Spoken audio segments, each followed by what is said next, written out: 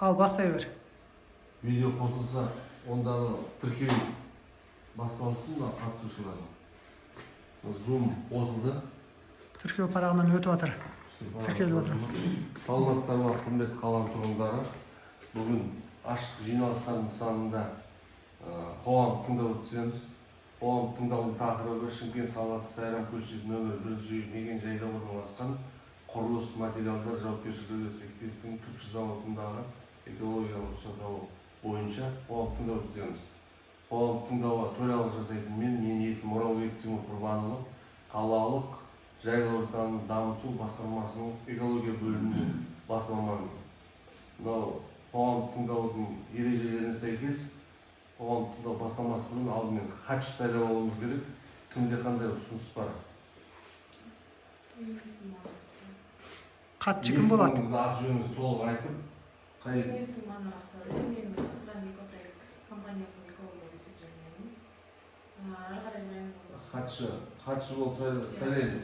Осы күн сайласақ қарсылықтар жоқ па? Қарсылық болмаса, онда қоғам тыңдауды бастайық. Баяндама жасау болса.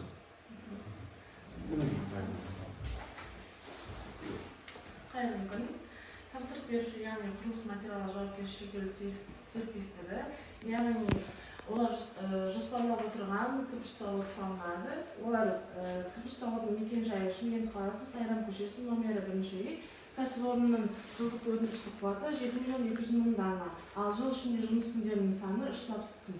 Стандартты Күпшінің өлшемі 250-120 немесе 65 мм, салмағы 3,5 кг есептелінеді. Берілген мәліметтерге сүйене отырып, зауыттың тәуліктік жұмысы 20.000 дана, ал кірпіштің салмағы жаңағы 320 кг дана, 70 кг тәулік немесе 70 тонна тәулік есептелінеді. Кәсіпорында стандартты түрде толық керамикалық төгілген кірпіш, объектінің шекаралары солтүстігінде жаңағы теміржол желісімен, ал шығысы, оңтүстігі және батысы өнеркәсіптік кәсіпорындардың жер учаскелерімен шектеседі. Кәсіпорын аумағында әкімшілік ғимарат, саз қоймасы, көмір қоймасы, қалыптасу цехы, күйдіру пеші және дизель отын қоймасы орналасқан. Дизель қоймасы жанар-жағармайды сақтау, қабылдау және босату үшін арналған. Өндіріс процесі кезінде көптеген кесімдер арқылы дайындалады, яғни бірінші кезеңде саз қоймасы сақталынады, оның қоры шамамен 10 жылға жеткілікті, ал саз өндірістік ежелге автосамаз балдармен жеткізіледі. Екінші кезеңде шықты дайындалады, саз бункер арқылы таспалық конвейерге беріледі және құрамына шамамен 8% ұнтақталған көмір қосылады.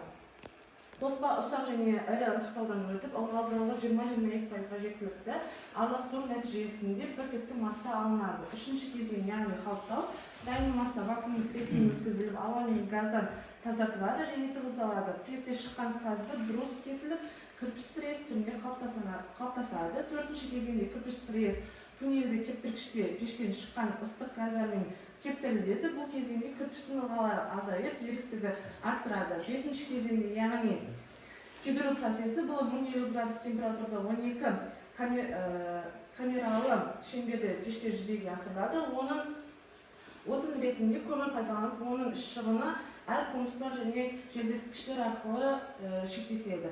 Ал соңғы кезең бұл, яғни дайын кірпіштерді қапталып, тапсырыс беруші кран немесе автожүк тиегіш арқылы жөнелтіледі. Ал атмосфералық ауасына келетін болсам, яғни шығарындылар көзі бізде пайдалану кезеңде барлығы 16 ластаушы көзі қарастырылған, оның 3-еуі ұйымдастырылған, ал 13-і ұйымдастырылмаған. Оның ішінде бізде ұсақталған көмірді автокөлікті қабылдау алына түсіру, яғни ұсақталған көмірді қабылдау цехында қабылдау бункерлерін тиеу, бункерлерді ғайыстарға дейінгі тасымалдау жүйелері қарастырылған. Ал су көздеріне келетін болсам, объекті су қорғау аймағына кірмейді, яғни су көзі кәсіпорын аумағында орналасады және жеке ұңғыма ретінде қарастырылған. Су пайдалану құқығы қолданыстағы рұқсат құжатымен расталған, кәріздік ағындық сулар орталықтандырылған су бұру жүйесі шығарылады. Ал өндірістік және тұтыну қалдықтарына келетін болсақ, яғни тұтыну қалдықтары 2,625 тонна жыл жобада қатты тұрмыстық қалдықтарды жинауға арналған, ал кәсіпорын аумағы жарықтандыру жүйесімен қамтамасыз етілген. Оның мөлшері 0,5 0293 жыл тонна жыл ретінде қарастырылған. Ал қалыптасу процесі техникалық себептер бойынша ақаулы өнімнің пайда болуы, яғни кірпіште ақаулы сынықтар, сол қалдықтар 5 тонна жыл мөлшері қарастырылған. Ал қатты қалдықтарды жинау жағу немесе жинау нәтижесінде шамамен 323-616 тонна күл қалдықтары түзіледі. Ал жалпы гектарияларды кесу, мәжбүрлі көшіру көзделмейді, яғни қызыл кітапқа енген жануарлар мен құстардың көбею және ұя салу орындары жоқ. Бұл жоба жалпы экологиялық санитарлықтарға сәйкес ретінде қарастырылған. Осымен баяндама аяқталды. Баяндама аяқталды.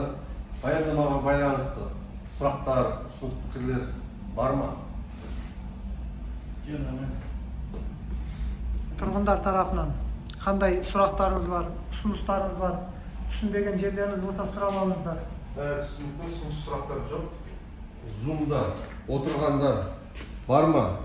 Зумда адамдар қатысып ма? Зумда тек бір адам отыр. Мағалия Кәденова деген. Ешкім қатыспады ғой басқа, иә? Зумда бар ма қатысып отқандар? Зумда жоқ. Зумда қатысып отқан сұрақтар жоқ. Ұсыныстарыңыз, сұрақтарыңыз. Пікірлер бар ма? Тұрғындар. Жобаны қолдаймыз ба? Қолдаймыз. Онда қоғамдық тыңдау аяқталды. Мына ұсыныс пікір болған жағдайда хаттамаға енгізілетін болады.